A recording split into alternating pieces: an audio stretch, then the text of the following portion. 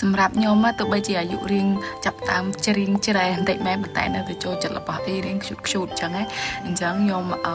ដោយសារតែមួយថ្ងៃមុន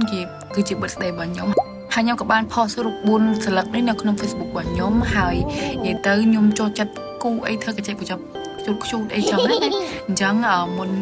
ពេលដែលថាខ្ញុំគូនេះខ្ញុំក៏បានទិញផ្កាជូនខ្លួនឯងដែរអញ្ចឹងខ្ញុំសូមរៀបផ្កាទុកមក10សិនអញ្ចឹងដោយសារតែខ្ញុំចូលចិត្ត Daisy តែដោយសារតែនៅហាងគេអត់មានក៏ខ្ញុំសម្រេចចិត្តយកផ្កានឹងមកទៅអញ្ចឹងខ្ញុំក៏បានមើល inspiration ដែលបានចេញមកពី Pinterest និយាយទៅខ្ញុំ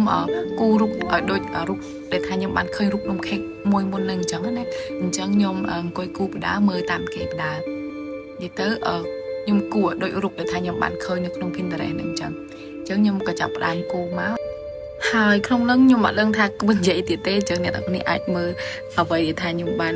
គូបានអញ្ចឹងណាហើយខ្ញុំគូនៅក្នុង Procreate ហើយខ្ញុំក៏ចាប់តាមដាក់ element អីជាបញ្ចប់បន្តិចមានបេះដូងអីអញ្ចឹងដោយសារតែរាល់ដងយើងផុសតែរូបស្លឹកធម្មតាវាដូចរាល់ដងពេកអញ្ចឹងណាអញ្ចឹងឆ្នាំនេះក៏ខ្ញុំចង់គូអី